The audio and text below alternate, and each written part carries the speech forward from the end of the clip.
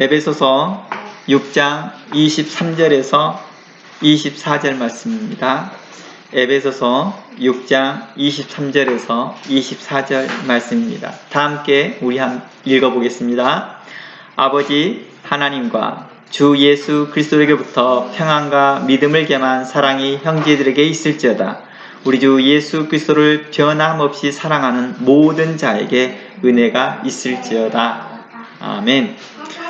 오늘은 에베소서 58강으로 인사와 축복의 그 두 번째 시간을 가져보려고 합니다. 사도 바울은요, 서신서 마지막에 그 축복을 하면서 주의 평안과 은혜가 있기를 바랍니다. 그리고 추가적으로 성도들에게 믿음을 겸한 사랑이 있기를 바라고 있습니다. 23절의 내용이죠. 믿음을 겸한 사랑이 형제들에게 있을지어다 라고 저는 기도합니다. 그래서 오늘은 58강으로 기도와 인사와 축복의 그 두 번째 시간으로서 사도 바울이 그들을 위해서 무엇을 위해서 기도했고 또 어떻게 인사했으며 어떻게 축복을 그들에게 마무리를 했는지를 계속해서 두 번째 시간으로 살펴보겠습니다. 믿음을 겸한 사랑이란 무슨 뜻일까? 믿음을 겸한 사랑이란 성도들 간의 사랑이 같은 믿음 안에서 행해지기를 바라는 것이다 라는 뜻입니다. 그러니까 성도들 안에 사랑이 이루어지는데 어떤 믿음 안에서? 같은 믿음 안에서 행해지기를 바라는 거예요. 같은 복음 안에서, 같은 신앙 안에서 사랑을 베풀라라는 의미인 거죠. 그러니까 이러한 부분들 안에서 형제들에게 원하고 싶은 것은 같은 믿음을 가지십시오. 같은 복음을 가지십시오. 같은 신앙 안에서 가지십시오. 라는 초점입니다. 이는 모든 성도가 그리스도 안에서 한 지체됨을 잊지 말라는 뜻이겠죠. 우리가 한 복음을 나누는 자들입니다. 한 믿음을 나누는 자들입니다. 한 신앙을 나누는 자들입니다. 그러니 우리가 마땅히 사랑해야죠. 그런데 그 사랑을 할 때 한 믿음 안에 사랑하는 뜻입니다. 라는 것이죠. 누구든지 주의 이름을 부르고 주를 믿는 자들은 누구든지 주의 이름을 부르는 자들마다 구원을 얻는다고 말하였습니다. 그러니 주를 믿는 유대인이나 주를 믿는 이방인들이나 주를 믿는 헬라인이나 그리고 할례자나 무할례자나 모두 그리스도 안에서 하나가 된다는 그 믿음을 가지라는 것이죠. 믿음 안에서, 한 믿음 안에서 서로 사랑하라라는 것은 바로 이러한 것입니다. 우리가 다른 믿음을 가지고 있는 자들을 사랑하기는 힘들거든요. 서로 대적관계가 되고 싸우게 되니까요. 그래서 한 믿음을 가지라고 먼저 요청한 겁니다. 사랑을 하라고 했는데요. 사랑하려 해도 사랑이 안 되는 경우가 있어요. 왜 그래요? 그것은 믿음이 다르기 때문에 그렇지. 그러니까 그 사람을 사랑하려 하니까 어떻게 돼요? 힘들죠. 당연히요. 억지 같은 모습이 나오는 거죠. 그런데 한 신앙을 갖게 되면 어떻게 돼요? 자연스럽게 사랑이 나뉘어집니다. 우리가 그걸 어디에서 경험해요? 우리가 다른 교회를 가보세요. 다른 교회를 가보면거나 그러면 지역을 옮겨서 우리가 예전에 보면요. 지역을 옮겨서 서울에 딱 갔어요. 그런데 자신이 교회를 다닌 사람입니다. 그러면은요. 어때요? 마치 서울에 평소에 살았던 친구처럼 우리를 대해줘요. 또 서울에 있는 사람이 지방에 내려가서 저희가 교회 다닌 사람입니다. 그리고 하나님을 믿습니다. 그러면 형제와 같이 보내준다는 거예요. 그런데요. 이러한 생각들은요. 전 세계 모든 사람들이 다 그러더라는 거예요. 모슬렘을 믿는 사람도 마찬가지고 유대교를 믿는 사람도 마찬가지고 다 자기의 종교성을 가지고 있는 사람들이 같은 신앙 있는 사람들을 마치 형제와 브라더처럼 형제와 자매처럼 대해주더라는 것이죠. 이것이 꼭 종교적 색깔만 가지고 있을까? 종교적 색깔만 에서 나타나는 현상일까? 그러지는 않다는 거예요. 정치적 색깔을 같이 하는 사람도 그럽니다. 심지어는 학교 동문회도 그래요. 전혀 그분에 대해서 알지 못하는데 같은 본향이라고 같은 목포 사람이라고 막 친근하게 대해져요. 같은 고등학교 출신이라고 같은 대학교 출신이라고 우리는 그 사람에 대해서 뭐래요? 같은 생각을 나눴다는 뜻이에요. 학교에서 같은 생각을 나눴고 같은 학문을 배웠다. 같은 교수들에게 배웠다. 고향도 마찬가지죠. 한 본향에서 같은 컬처, 또 같은 그 문화와 양식에 함께 살아왔다는 거죠. 거기서 공동 분야를 갖는 거죠. 공동이라면 동질감을 갖는 거죠. 이처럼 우리에게 내추럴하다는 거예요. 이게 내추럴하다는 거. 그래서 같은 믿음 안에서 가져라 라고 말합니다. 그런데 에베소 교회 안에서 이 말을 굳이 표현해 줬던 것은 다 이 사람들이 하나님을 부르고 있더라는 거예요. 다 하나님을 부르고 있는데 교리적 색깔이 다르고 있더라는 거예요. 교리적 색깔이. 에베소서나 갈라디아를 통해서 보니까 어떤 색깔이 나타났어요? 할례를 받는 자와 할례를 안 받는 자들이 서로 다투고 있는 거예요. 다 주의 이름을 불러요. 그런데 할례를 받았기 때문에 안 받았기 때문에 가지고 서로 다투고 있더라는 것입니다. 뿐만 아니라 무엇 때문에 그렇습니까? 이방인과 식사하는 것과 그 할례를 받지 않은 자와 식사하는 것과 또 하지 않는 것, 교제를 어떻게 할 것이냐의 문제. 어떤 사람들은 나는 아볼로에게라, 나는 바울에게라, 나는 베드로에게라 이렇게 속하면서 각각의 또 분파가 형성이 되는 거예요. 서로 하나 되지 못하는 것에 대해서 이야기합니다. 한 믿음 안에서 서로 사랑하십시오. 같이 믿음을 같이 해야 됩니다. 그러면서 사도 바울이 이러한 것들을 정리를 해주고 있어요. 정리를 해주고 있습니다. 하나님 안에서 할례 받는 자나 무할례자 아무 소용이 없습니다. 베드로파나 바울파나 예수파나 아무 소용없습니다. 우리는 다 모두 다 말씀을 증거하는 자들이 하나님 앞에서 아무것도 아닙니다. 당신 앞에도 아무것도 아닙니다. 오직 여러분들은 열심으로 주의 사람들입니다. 하나님의 자녀된 사람들이라. 그러니 하나 되십시오 라고 했던 것이죠. 바로 이것을 한 믿음이라고 했던 것이죠. 그러니 한 성령 안에서 하나님을 아버지라 부를 수 있는 그 믿음 안에서 우리가 나아가기를 원합니다. 우리가 특별하게 이 말은 어떤 것이냐? 할례를 받아야지만이 구원을 받는다라고 하는 그 할례당 사람들에게 뭐라고 하느냐 하면 그렇게 생각하지 말고 주의 이름을 부르는 자는 다 구원을 받아요. 할례의 유무에 따라서 구원이 나눠지지 않습니다. 라고 하는 거예요. 그 믿음을 가지고 있는 자들을 그런 믿음 안에서 우리가 하나 됩시다. 그 안에서 우리가 사랑합시다. 라고 말하는 거예요. 그런데 할례를 받아야지만이 구원이 있다라고 생각하는 자들은 할례 받지 않는 사람 그리스도인들을 사랑할 수 있는 힘이 생길까요? 사랑할 힘이 안 생기죠. 먼저 거부 반응이 나타나는. 함께 식사 안 돼요. 마할로는 할 수는 있어요. 정신적으로는 한다는 거예요. 그래 사랑합니다. 한다. 그 사랑의 행위와 삶이 안 나타나는 것이죠. 그럼 함께 식사합시다. no. 지금 현재 당신 할례 안 받았잖아요. 무슨 말인지 알겠죠? 그러니까 이 사랑이라고 하는 말은 어떤 거예요? 우리에게 살아있는 어떤 믿음에 대하여서 우리가 현재 너가 그 살아있는 그 믿음이 있느냐? 그럼 행위가 보여져라. 이 말의 관점이라는 것입니다. 야고보서에서는 야고보의 그 믿음의 사상과 행위의 그 사상이 사도 바울과 일치하고 있다는 것을 우리가 볼 수 있다는 거예요. 사도 바울도 지금 에베소서에 그 이야기를 하고 있다는 거예요. 갈라디아서, 로마서에서도요. 근데 이러한 것들을 잘 이해하지 못할 때에는 야고보서를 지푸라기 복음이라고도 말하기도 한다는 거예요. 볼 필요 없는, 그렇게 유익하지 않는 이렇게 설명한다. 그것은 잘못 이해한 거죠, 성경을. 하나님의 뜻을 잘못 알고 있는 거죠. 하나님의 뜻은 하나가 되는 것입니다. 사도 바울은 계속해서 그걸 이야기하고 있어요. 이게 감추인 비밀이다. 에베소서에서 계속 그걸 이야기하고 있다는 거예요. 감추인 비밀이다. 이게 우리가 하나 되는 것입니다. 로마서에서도 그걸 이야기하고 있거든요. 우리가 그 감추인 비밀이 하나 되는 것입니다. 유대인과 이방인들이 하나 되는 것입니다. 그러니 서로 미워하지 맙시다.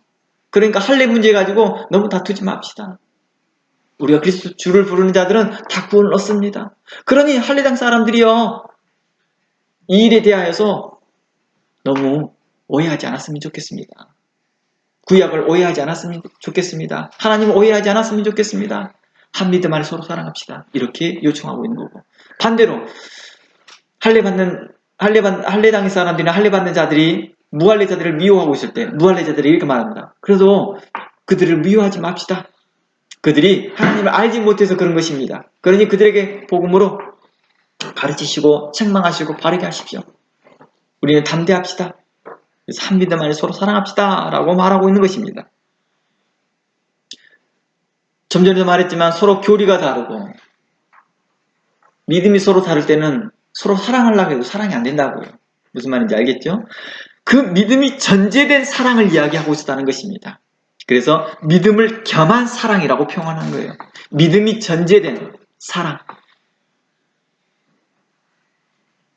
그리스도 안에서 우리는 하나님의 동일한 백성이요.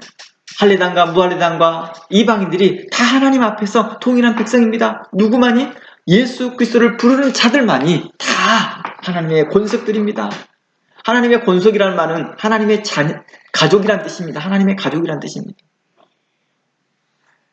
이러한 믿음을 갖고 서로 사랑을 하는 권면입니다. 이러한 믿음을 갖고 사랑하는 것입니다. 그럴 때 성령님께서 우리를 그리스도 안에서 하나 되게 하신 것을 힘써 지킬 수 있다라고 말하고 있는 것입니다. 이 말씀이 어디에 나왔어요? 에베소 4장 3절 말씀이죠. 성령이 하나 되게 한 것을 힘써 지키라. 어떻게 지킬 수 있어요? 사랑함으로 했어요? 아니죠. 믿음을 겸한 사랑으로 가능하다라고 말하는 것입니다. 사랑으로 하려고 하니까 억지 사랑이 나타나는 것이죠. 마음에는 다른 생각을 갖고 있으면서도 싸우는 모습이 나타나는 것이죠. 교회에 분쟁이 있는 교회들을 봐보세요. 겉으로는 예배 참석하면서 안녕하세요 하고 들어오면서도요, 속으로는 다른 생각을 갖고 있습니다. 분쟁이 일어나고 있거든요. 그래서 그게 극심화되게 되면 어떻게 돼요? 한 장소에서 자기네들끼리 서로 예배드리겠다고 난리치고 있잖아요. 싸우고 박 터지게 싸웁니다. 나는 이 목사님 지지해, 나는 저 목사님 지지해 하면서 누구는 못 들어오게, 누구는 들어오게 하고 난리를 치잖아요. 그러면서 하나님의 사랑을 요구할 때 그들 안에 뭐가 필요해야 돼요? 믿음이 필요했던 거예요. 어떤 믿음이 필요한 걸까요? 바로 그들에게 주의 이름을 부르는 자는 구원을 받으리라는 그 관점 속에서 다시 바라봐야겠죠. 우리가 교회가 재정 문제 때문에 다녀주고 있느냐? 이 재정 문제가 누구의 비리 문제냐? 이런 걸 찾아보면서 객관적으로 보면서 그들의 심판이 하나님께 있음을 바라고 이 문제에 대해서 어떻게 해야 돼요? 다시 정결하게 성결케 하고 양심을 속이지 아니하고 바라봐야 되겠죠. 이 일을 누가 먼저 해야 될까요? 목회자 자신들이 먼저 해야 돼요. 사도 바울이 이렇게 말합니다. 나는 개밥 팔아, 나는 아볼로 팔아, 나는 누구 팔아, 나는 누구 팔아, 나는 뭐 다 상관없어, 나는 예수파야 하고 또다시 만든 그 당파들에게 다 말을 하면서 이렇게 말합니다. 예수님이 너희들만 위해서 십자가에 매달리냐? 이렇게 말합니다. 아니라 우리 모두를 위한 것이라. 사도 바울이 너희들을 위해서 너희들이 사도 바울의 이름으로 세례를 받았느냐? 그렇지 않냐? 우리는 모두 다 하나님의 앞에 종이다. 이러한 관점, 이런 사상이 누가 가지고 있어야 돼요? 목회자들이 가지고 있어야 되죠. 우리는 아무것도 아닙니다. 자기를 지지하는 성도들에게 말을 해야죠. 우리는 아무것도 아닙니다. 지금 현재 이 문제에 대해서 두 목사가 양심의 문제를 가지고 저희가 제3회 목회자를 통하여서 검증을 받겠습니다. 그러니 그동안의 결과가 나올 때까지 이 교회 다른 분이 잠시 우리의 형제가 되고 우리의 한 믿음을 고백했던 어느 모 교회 목사님이 오셔서 함께 할 겁니다. 아니면 그 교회로 잠시 그곳에 예배드렸으면 좋겠습니다. 우리가 하나님의 양떼를 자기 것이라고 착각하니까 그런 현상이 벌어지는 것이죠. 자기 것이다라. 이러한 분쟁이 있을 때 다른 교회에 잠시 가져주십시오. 그 교회에서 하나님의 믿음 안에 같이 하나 되기를 원합니다. 왜요? 여전히 하나다라고 하잖아요. 근데 말만 그래, 말만 원처치, 원교회 이렇게 말을 하지 자기 성도가 다른 교회에 가서 예배 참석하는 거에 대해서 어떻게 생각해요? 다르게 생각한다는 거예요. 마음이 불편하다는 거예요. 어떻게 하든지 간에 자기 교회가 문제가 있어도 그 교회 안에 계속 오기를 바라고 있는 거예요. 그렇게 분쟁있고 박 터지게 싸우는데도요. 뭐를 해요? 자기 교회 안에 오기를 바라는 것이. 뭐 때문일까요? 한 믿음 안에 거하지 못하기 때문에. 그러니까 말로는 사랑을 하라 하니까 억지로 손 이렇게 내밀어서 이렇게 악수하고 있습니다. 이런 모습이 실제로 나타나요, 교회 안에서요. 손을 쭉 뻗어서 안녕하세요 하는 게 아니라 손을 이렇게 넣었다 뺐다 하고 있다니까요. 엉거주춤하면서. 인사도 이렇게 하고, 그거 있죠? 이렇게 인사하는 거. 위에 사람 눈치 딱 보면서 이렇게 인사하고 지나가는 거. 공손함이 없어요. 그냥 인사 형태만 보이는 거죠. 그러면서 서로 사랑한다고요? 그러니까 안 되는 거죠. 그러니까 성령이 근심하게 하는 거죠. 그러니까 성령께서 이렇게 말합니다. 하나님의 성령을 근심케 하지 말라. 성령이 우리를 하나 되게 하는 것을 힘써 지키려면 뭐가 필요한 거예요? 믿음이 필요한 거예요. 그래서 어떤 믿음이요? 동일한 믿음이죠. 우리는 하나님께 자비하심과 공률함을 얻은 자들이다. 우리는 예수 그리스도의 피로 말미암아 구속함을 받는 자들이다. 우리의 행위로서가 아니라 그리스도께서 우리를 향한 그 사랑으로 말미암아서 우리가 구원함을 받다는 그 은혜에 놓치지 말라는 뜻이죠. 그런데 우리는 스스로 뭐합니까? 자고하면서 마치 그 구원이 마치 내가 당연히 받을 구원인 것처럼 그러면서 자신도 이해하지 못할 애정론을 설명하고 자신도 알지 못한 애정을 말을 하면서 나는 당연히 하나님의 자녀야 라고 말하고 다니면서 그만한 행동을 보이는 자들에게 대해서 하나님은 책망하시라는 것입니다.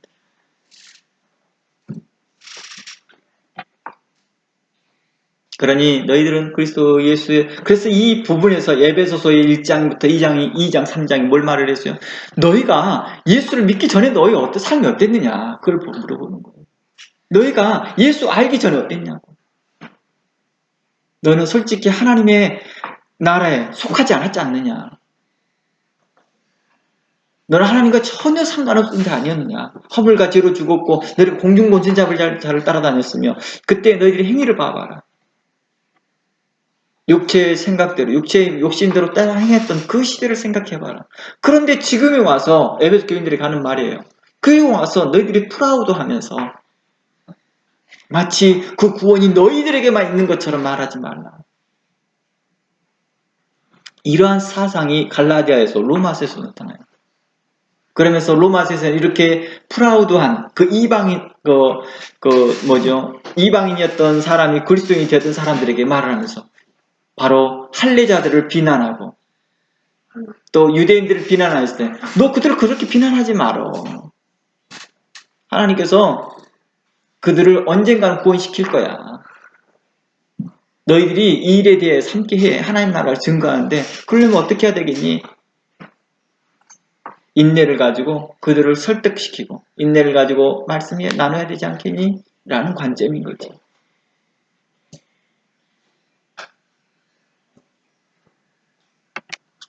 그러므로서 성경은 축복의 말을 하면서 마치 에베소서를 정리하듯이 말을 하고 있는 것이죠.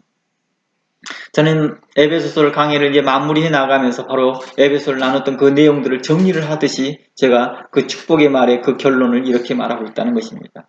믿음의 겸한 사랑이란 바로 이러한 것들이 이런 것들이 배경하여 이런 백그라운드를 에베소의 백그라운드를 배경하여서 말했다는 것입니다. 믿음을 겸한 사랑이라는 이렇게 표현했던 내용이 특이하게 에베소서에만 나와요. 보통 사도 바울이 축복을 할 때 은혜와 평강이 있을지어다 이렇게 하고 마무리를 하거든요. 그런데 사도 바울이 에베소서에서는 평강과 함께 믿음에 겸한 사랑이 너에게 있을지어다 라고 추가적으로 믿음에 겸한 사랑이 있을지어다 라고 추가적으로 말하는 것입니다. 에베소 교회 안에 왜 이 문제를 굳이 말을 했어요? 에베소 교회가 무슨 문제가 있었죠? 계시록의 말씀을 보니까 우리가 지금 에베소서 1강, 2강, 3강 나누면서 에베소 상태를 봤죠. 바로 계시록의 말씀이니까 첫사랑을 잃어버렸다고 하잖아요. 그 첫사랑을 잃어버린 이유가 뭐였습니까? 나는 누구 팔아? 나는 누구 팔아? 나는 누구 팔아? 그리고 당시의 영지주의자들과 니골라당과 또 할례당들의 그 이단들의 사상들이 거짓된 복음을 가지고 온 자들 때문에 그들이 뭐예요? 경계하고 또 그들을 물리쳤던 그런 상황이 일어나면서 영적 전투를 해나가면서 자신들 안에 사랑이 식어져 버렸다는 것이죠. 자신들만이 진리를 수호하는 자들인 것처럼 생각했으나 그렇지 않다. 우리가 좀 더 마음의 여유를 갖고 그들에게 대해서 의로운 마음으로 견책하고 책망하여서 다시 복음 안에 들어올 수 있도록 함께 하자. 같은 믿음 안에 서로 사랑하자. 이렇게 말하고 있다는 것입니다. 그들 안에서 아직도 나는 바울 파라, 나는 베드로 파라, 나는 아볼로 파라 이렇게 하는데 아니 한 믿음이야.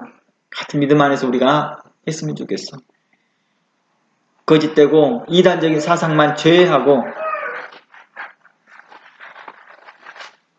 우리가 한 복음 안에 있는 것을 우리 믿어 이렇게 말하고 있습니다. 잠시 성도들 사이에 분쟁과 다툼과 어려움이 있다 할지라도 그리스도 안에 있는 이 믿음, 어떤 믿음입니까? 하나님께서 우리를 긍휼히 여기사 예수 그리스도로 말미암아서 그 십자가의 피로 말미암아 우리가 구원 얻었다는 그 믿음으로 말미암아 누구든지 주의 이름을 부르는 자는 구원을 얻는다라는 그 믿음을 가지라는 것입니다. 여기에 항상 초점이 있는 게 누구든지였다는 거예요. 누구든지 주의 이름을 부르는 자마다 구원을 얻습니다. 왜 여기서 굳이 주의 이름을 부르는 자들을 말을 했을까요? 그들이 입으로 말하기를 두려워했거든요.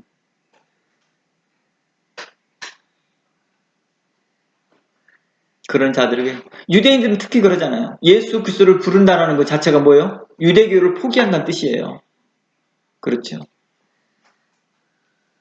자들은 구원을 얻습니다. 그들의 신앙 고백이 나타나니까요. 그러므로 이 같은 믿음 안에서 주의 이름을 부르는 자는 누구든지 구원 얻는다라는 이 믿음 안에서 말미암아서 성도들이 마땅히 이상의 생각을 품지 말고 우리가 서로 협력합시다. 서로 하나 됩시다. 서로 존중하고 서로 인정하고 용서하고 그리고 사랑하기를 원한다라고 말합니다. 이때 우리가 하나가 될 수 있습니다. 이때 우리가 성령의 하나됨을 지킬 수 있습니다. 라고 말합니다. 만일 그렇지 못한다면 하나님의 성령은 근심할 것이다. 라고 에베소 4장 30절에서 32절 말씀이 하는 말입니다. 그러므로 우리가 하나된 것을 힘써 지킬 수 있는 사랑도 바로 그리스도 안에서 이 믿음을 기초하고 있다라는 것입니다. 그러나 이 믿음이 없다면 여기서 말하는 이 믿음이라고 하는 것은 계속해서 에베소에 말하는 감추어진 비밀인데 이 비밀은 이라고 말했던 뭐였어요? 서로 하나 되는 거였다는 거예요. 그리스도 안에서 유대인이나 이방인이나 다 주의 이름 자들이 한 세 사람을 만들어 땅에 있는 것과 땅 아래에 있는 것, 하늘에 있는 것과 땅에 있는 것이 다 만물이 주 안에서 통일되게 하는 것. 이게 바로 비밀이었다는 것이죠. 이 말이 뭐예요? 한 믿음 안에서 서로 사랑하라 이 말입니다. 사랑이라는 뜻이요. 뭔 말인지 아세요? 통일되다, 하나되다는 뜻이에요. 그렇죠? 그 말 자체가 사랑이라는 뜻이 하나됨을 이야기하고 있다는 거예요. 그러니까 같은 믿음 안에서 말합니다. 주의 이름을 부르는 자는 누구든지 구원을 얻는다라는 이 믿음을 선포하고 우리는 그 믿음 안에 사랑해야 합니다. 해야 됩니다. 라고 말하는 것입니다. 그러므로 우리가 하나 되는 것을 힘써 지킬 수 있는 사랑도 바로 이 그리스도 안에 있는 이 믿음, 그 은혜의 구속함을 받는 그 은혜를 찬양할 때 나타나는 그 믿음을 기초하라는 것입니다. 그러나 이 믿음이 없다면 우리의 사랑은 매우 형식적이고 외식적이고 가식적으로 나타날 거라는 것입니다. 만약 우리에게 이러한 거짓된 모습이 있다면 이제 성경은 에베소 3장, 4장에서는 4장부터 만약 그런 의식적인 사랑이 있다 한다면 그 더러운 것들을 벗어버리십시오. 그리스도 안에서 오직 의와 진리와 거룩함으로 다시 심령을, 마음을 성령으로 새롭게 하십시오 라고 말하고 있는 것입니다. 당신의 마음들을 성령으로 새롭게 하여 이제 새 사람을 입으십시오 라고 하는 게 에베소 4장 내용이죠. 그래서 그리스도 안에서 사도 바울은 이렇게 간곡히 부탁하는 것입니다. 여러분, 새 사람을 입으십시오. 그러면서 에베소 4장 23절 24절 말씀이 하는 말씀이 그러므로 너희는 옷을 벗어버리고 어떤 옷입니까? 서로 성도들 간에 분쟁과 다툼이 있어서 서로 이렇게 안 좋은 말들을 했거든요. 그런 말들을 이제 벗어버리고 던져버리고 잊어버리고 던져버리고 이제 새 옷을 입으십시오. 성령의 충만함을 받으라는 뜻입니다. 이 말이요. 에베소의 말씀 이 말이 성령으로 옷 입으라 이 말은 성령으로 충만함을 받으라라고 하는 말이죠. 그러니까 에베소 4장에서는 성령으로 옷을 입고라고 했고 계속해서 진행해 주면서 5장 가서 성령으로 충만함을 받으라라고 말을 했던 것이죠. 그리스도인들의 사랑은 죽은 믿음이 아니라 살아있는 믿음을 전제로 하고 있었다라는 것을 말하고 있는 것입니다. 그러므로 그리스도께 소망이 있고 그리스도를 향한 진실한 믿음이 있다면 우리가 서로 그리스도 안에서 지체가 되고 하나님의 후사가 되고 자녀가 됨을 믿으라라는 뜻입니다. 당신이 그리스도께 소망이 있습니까? 그리스도를 향한 진실한 믿음이 있습니까? 그러면 우리가 서로 그리스도 안에서 지체가 됨을 믿으십시오. 그리고 우리가 하나님의 동일한 후사이고 자녀가 됨을 믿으십시오. 그리고 믿음으로 당신이 살고 있다면 그것이 진실이라 한다면 우리의 삶 속에서 행위로 나타내 보이십시오 라고 한 것입니다. 그게 뭐였어요? 함께 식사하십시오. 함께 공유하십시오. 함께 의로움을 나누십시오. 함께 식탁을 같이 하고 있다는 것은 굉장히 영광스러운 일인 것입니다. 우리가 함께 신앙을 쉐어하고 있습니다.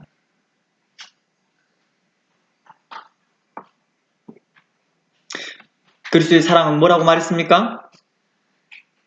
죽은 믿음에서 출발되어지는 것이 아니라 살아있는 믿음에서 출발되고 있다는 것입니다. 그 살아있는 믿음을 전제로 한 사랑을 그리스도의 사랑이라고 말하고 있다는 것입니다. 우리가 사랑을 실천한다라고 할 때에 그 사랑의 실천은 우리의 믿음이 살아있음을 이야기하고 있는 것이죠. 이러한 살아있는 믿음을 기초한 그리스도인의 사랑을 성경을 계속해서 우리에게 이렇게 말합니다. 야고보서 2장 26절 말씀에 영혼 없는 몸이 죽은 것 같이 행함 없는 믿음은 죽은 것이다 라고 말하고 있습니다.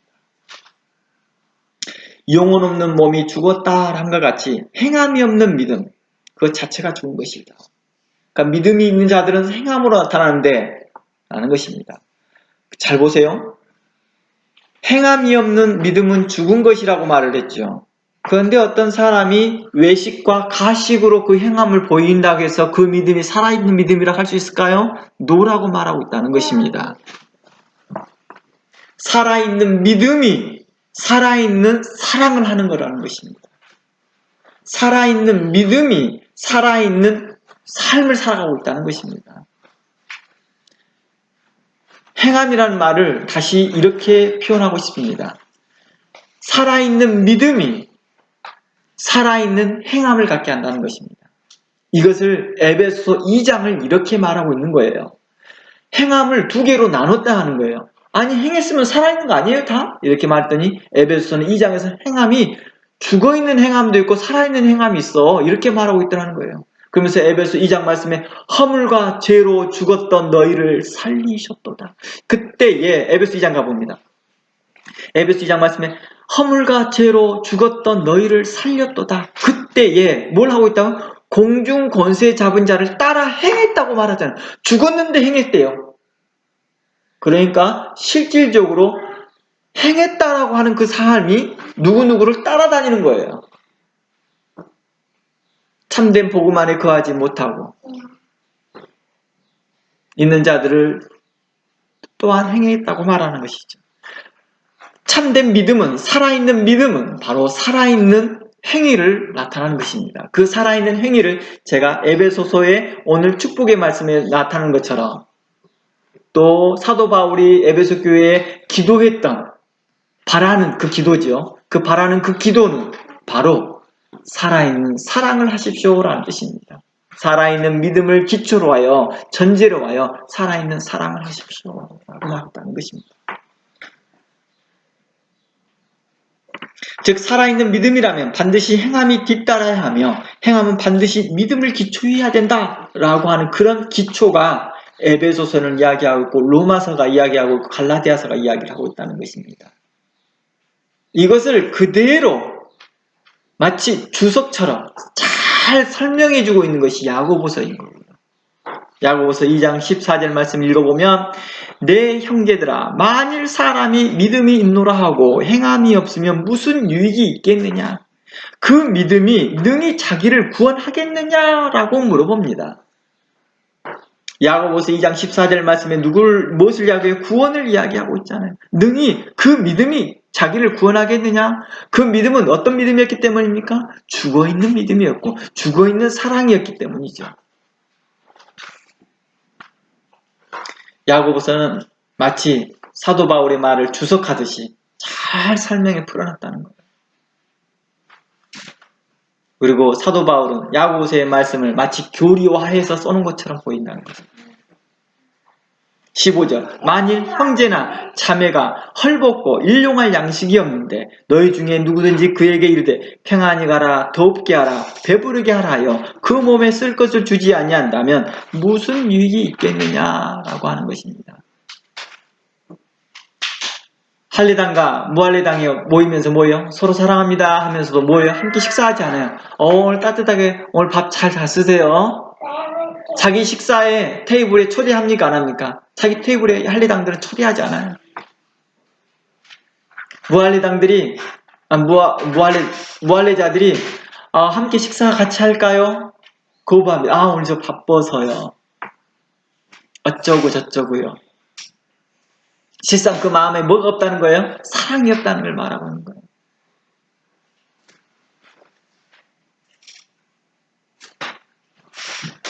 이와 같이 17절 말씀에 이와 같이 행함이 없는 믿음이 그 자체가 죽은 것이다 라고 말하고 있다는 것입니다. 평안히 가라고 할 뿐이고 아무것도 주지 않는 것.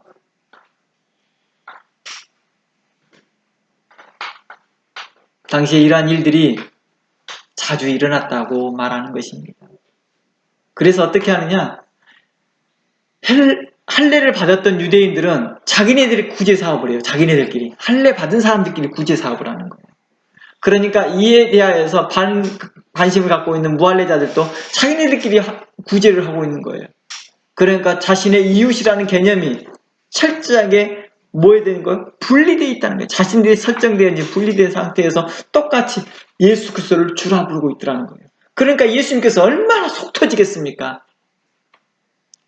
그 마음에 속 터진 마음을 사도 바울이 이렇게 표현합니다. 우리가 그리스도의 복음을 증거한 우리가 아무것도 아니에요. 여러분들 다 그리스도 안에서 한 지체들입니다. 라고 말하고 있습니다. 우리는 다 예수 그리스도 피로 말미암아 구속함을 받는 자들입니다. 그들의 교리로 인하여서 나뉘어졌던 그런 생각들을 하나 되게 하고 싶어 했던 것이죠.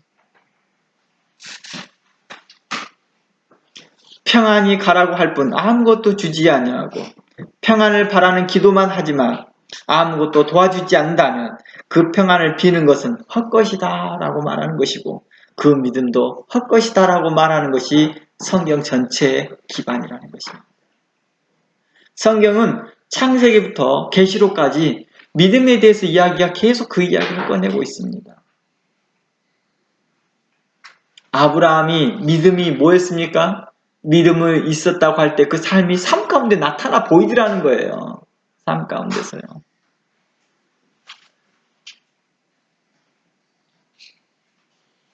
아브라함이 롯이 소돔과 고모라를 가라고 자기가 간다고 할 때 아브라함은 롯을 어떻게 해요? 평안히 가기를 바랍니다.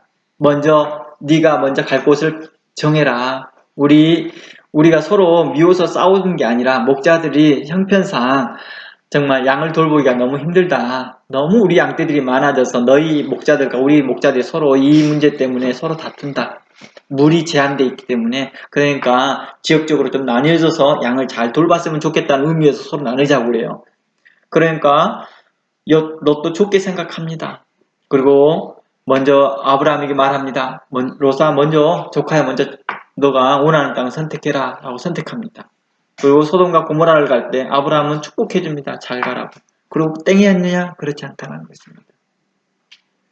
롯이 어려움의 공경을 처할 때 아브라함은 자기가 가지고 있는 300용사를 보내서 300용사 맞나요? 자기가 직접 기르는 그 300용사를 그러니까 120용사인지 아무튼 자신이 기르는 아브라함이 키우는 그 사병들을 보내서 그 왕들을 멸하고 다시 재산을 뺏어오잖아요. 그리고 롯을 보호해 주잖아요. 아브라함은 그가 하나님의 사람으로서 롯을 사랑하는 모습들을 이렇게 보여주고 그가 믿음으로 어떻게 살아가는지 그걸 삶 가운데 보여줬다는 것입니다. 천사가 나타나서 하나님께서 나타나셔서 소돔과 고모라를 심판하시고자 한다는 의중을 비쳤을 때에 롯은 그를 소돔과 고모라를 위해서 간곡하게 기도합니다. 자신이 물리적으로 할 수 없는 상황이 옵니다. 그가 아무것도 할 수 없는 상황입니다. 아브라함이 아무것도 할 수 없는 상황이 있었습니다. 자신의 군사를 내보낼 수도 없었습니다. 자신의 사신을 보낼 수도 없었습니다. 왜냐고요? 하나님보다 앞설 수 없었으니까요. 하나님의 행하신 일을 자신이 막을 수가 없었으니까요. 오직 기도할 뿐입니다. 하나님, 롯의 생명을 구원해 주십시오. 소돔과 고모라에 의인이 10명만 있더라도 그의 생명을 보존하여 주시옵소서. 하나님은 아브라함의 기도를 들어주시고 아브라함의 말을 들어주면 그렇게 행하 의인이 채 10명이 안 됐을 때라도 하나님께서는 롯의 생명을 구원합니다. 롯의 가족을 구원합니다.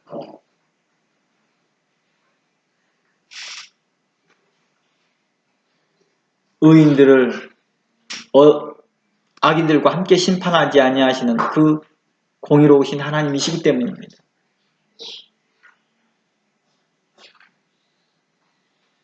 아브라함은 롯이 그 거할 땅이 없어지지 않기를 바라는 마음에서 소돔과 고모라가 망하지 않기를 바라는 것이죠.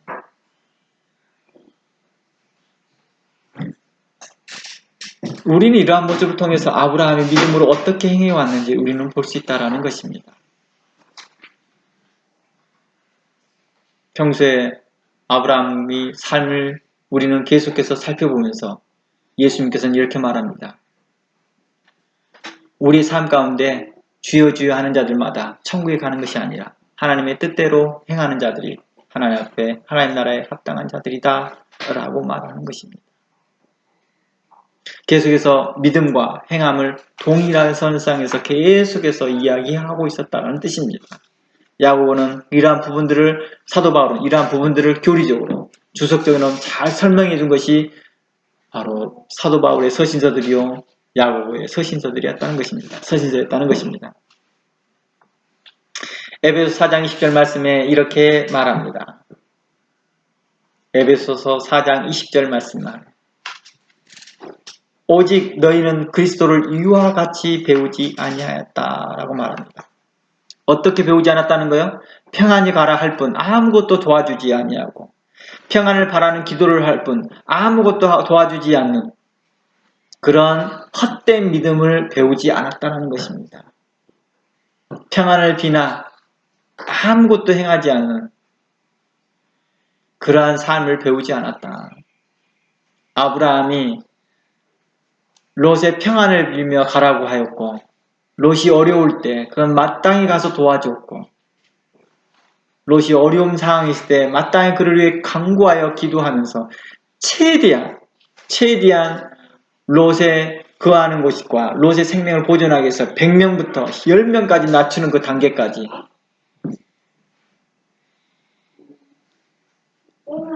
그는 계속해서 간구합니다. 내가 하나님께서 의인 100명만 있으면 내가 멸하지 않겠다. 하나님 50이요. 하나님 20이요. 하나님 10이요. 이렇게 간구하면서 아브라함이 소돔과 고모라의 상태를 뭐하고 있다는 거 알 수 있어요? 상태를 알고 있다는 거 알고 있다는 것입니다. 베드로 후서에 보면 롯이 소돔과 고모라에서 의를 전파할 때 그 의로운 심령이 상했다고 합니다. 그때 아브라함은 어땠을까요? 함께 안타까웠겠죠. 롯의 그 의로운 심령이 상하고 롯의 그 하나님의 공의가 증거를 하고 있는데 사람들이 듣지 않음으로 인해서 같은 사역자로서 하나님의 거룩한 선지자로서 어떻게 했을까요? 안타까웠다는 거예요. 오늘날 교회도 그러잖아요. 자신의 교단의 교회가 어려워지면 큰 교단의 교회들이 협조하고 협력하잖아요. 매우 성경적인 거죠. 매우 성경적인 거죠. 지원해주고 물신양념을 기도해주고 기도하고 후원해주고.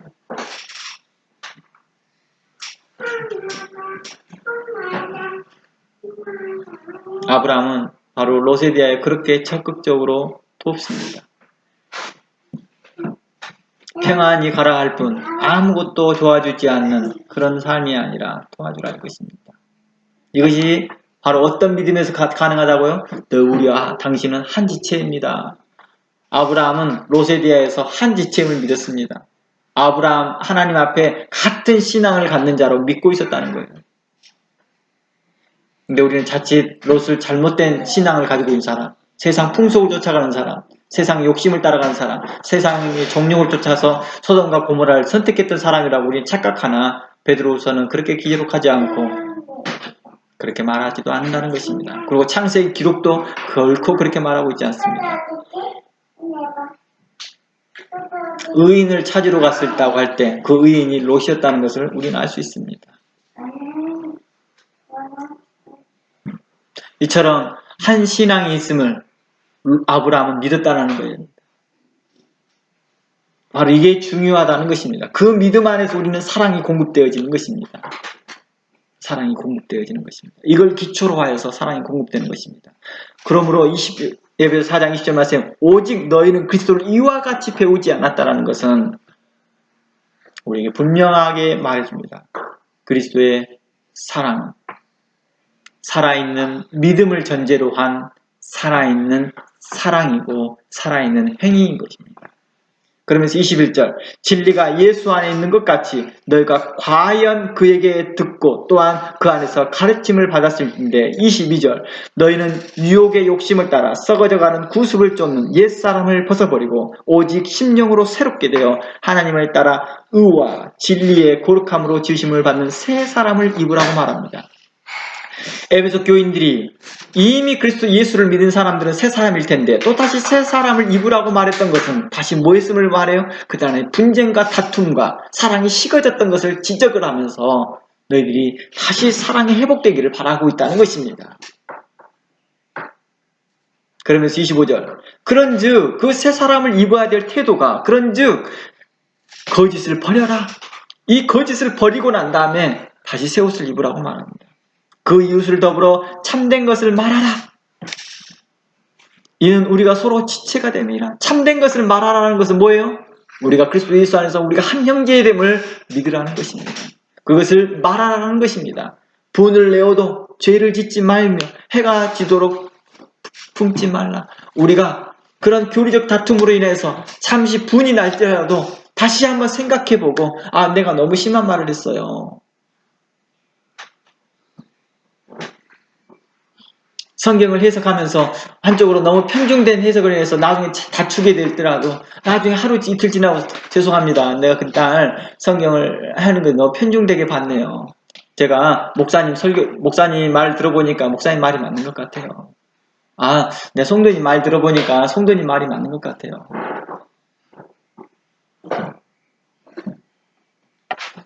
27절 마귀로 틈 못하게 하라. 이 일로 인해서 마귀가 틈 타서 결국에는 뭐예요?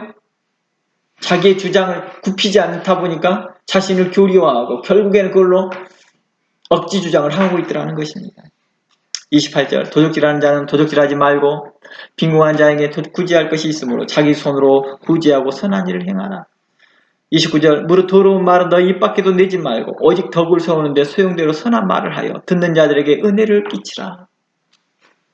성도들 안에 서로 은혜를 끼칠 수 있는 말, 가정 안에서도, 교회 안에서도, 가정 안에서도, 또 자녀들 안에서 서로 덕을 끼치는 말들, 은혜를 끼칠 수 있는 말들을 배우면 좋겠습니다.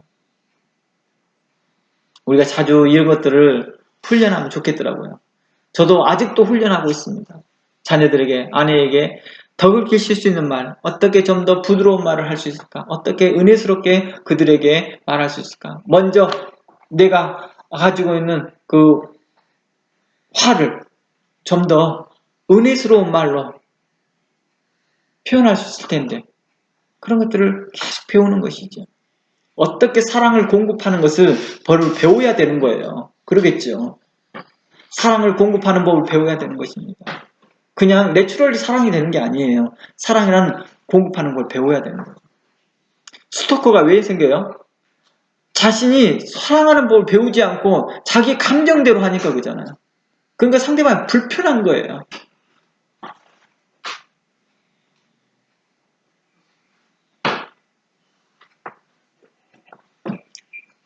부모가요, 가끔 자녀들을 키울 때 그러더라고요. 자녀들이 징징징징 하면서 이거 해달라 저거 해달라 때 부모가 자녀들을 사랑을 대한다면서 이것도 들어주고 저것도 들어주는 경우가 있더라고요. 그러니까 애는 계속 징징징을 해요. 근데 잘 생각해보세요. 부모가요, 단호하게 이것 해! 라고 말해줄 때요, 아이들은 그때 뭘 해요? 자신이 뭘 바라는 건지를 분명하게 하거든요.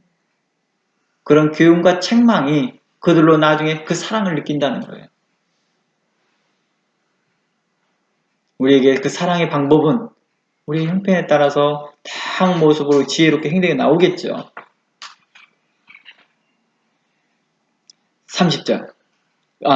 29절. 소용되는 대로 선한 말을 하여 듣는 자들에게 은혜를 끼치게 하라. 은혜를 끼치라는 말은 어떤 뜻이에요? 그들에게 도움이 되어지고 그들에게 유익이 되어지게 하는 것이죠. 30절. 하나님의 성령을 근심하게 하지 말라. 그 안에 너희가 구속의 날까지 인치심을 받았다라고 말합니다. 이 말을 계속해서 말합니다. 뭘 말하고 있습니까? 우리가 하나님의 구원받는 자들이야. 주의 이름을 부른 자들은 다 구원받는 자들이야. 그러니 서로에 대하여 비난과 비방하지 말고 그 구원의 인치심을 받은 것에 대해서 서로 확증하고 은혜를 끼치라는 말은 하나님의 자녀됨을 서로 칭찬하고 서로 격려하는 것이죠. 우리가 이렇게 서로 격려해야 합니다. 당신 하나님의 자녀입니다. 그러므로 너희는 모든 악독과 노함과 분냄과 떠드는 것과 해방하는 것을 모든 악의를 함께 버리고 서로 인자하게 하며 32절 서로 인자하게 하며 서로 불쌍히 여기며 서로 용서하기를 하나님이 그리스도 안에서 너희를 용서한 것 같이 하라고 말합니다. 이러한 살아있는 믿음을 기초한 그리스도인의 사랑은 성도들 안에 평안이 실현될 것이다 라고 말합니다. 사도 바울이 너에게 평안이 있을 것이다 라고 했던 그 평안이 바로 이러한 사랑이, 이러한 믿음을 기초한 사랑으로 말미암아서 그 평안이 있을 것이다 라고 말하는 것입니다. 그리고 앞부분에서 이미 언급했듯이 에베소의 초점이 유대인과 이방인, 할례자와 무할례자의 화해와 연합이 그리스도 안에서 이루어질 것이다 라고 말하는 것입니다. 그것이 평안이죠. 그리고 이러한 연합과 하나됨은 우리 아버지 하나님과 우리 주 예수 그리스도 안에서 비롯된 공통된 믿음과 사랑을 통해서만이 이루어진다 라고 하는 관점이 계속해서 에베소서의 초점이었습니다. 오늘 본문의 초점도 우리가 같은 동일한 믿음 안에서 그 사랑이 나타나지며 주의 이름을 부르는 자들에게 대하여 긍휼히 여기며 불쌍히 여기며 인자하게 행하여 우리가 교단과 교파를 초월하여서 좀 더 우리가 양심적으로 그리스도 안에서 선하게 행하였으면 좋겠습니다. 기도하겠습니다. 하나님,